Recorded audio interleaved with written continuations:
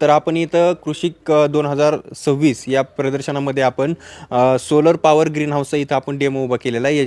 याच्यामध्ये आपण जे पॉली हाऊससाठी लागणारी एनर्जी आहे, जी लाईट पॉली हाऊससाठी लागते, पाणी देण्यासाठी, खतं देण्यासाठी किंवा आतमधलं जे एन्व्हायरमेंट कंट्रोल करण्यासाठी जी लागणारी लाईट आहे, तर या सोलर प्लेटपासून आपण ती तयार करून त्या एनर्जीवरती आपण ही सिस्टीम रन करतो आहे.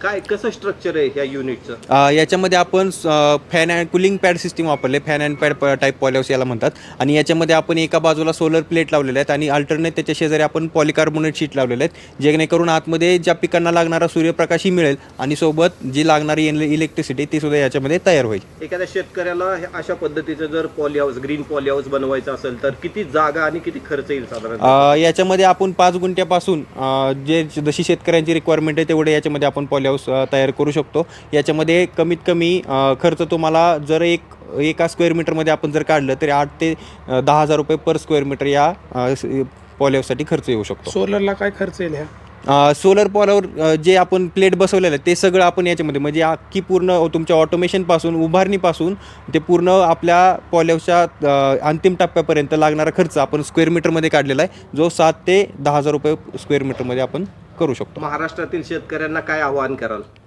मी शेतकऱ्यांनी आवाहन करेल की शेतकऱ्यांनी अशा प्रकारचं पॉलीहाऊस तुम्ही केलं पाहिजे, जेणेकरून तुम्हाला लागणारा लाईटचा खर्च पण तुमचा कमी होईल, तुमची स्वतःची एनर्जी तुम्ही तयार करू शकाल आणि अशा प्रकारचं कूलिंग सिस्टीम वापरून तुम्ही एखादे ऑफ सीझन क्रॉप जे बाहेरच्या देशामधले काही परदेशी क्रॉप आहेत ते तुम्ही इथं घेऊ शकता.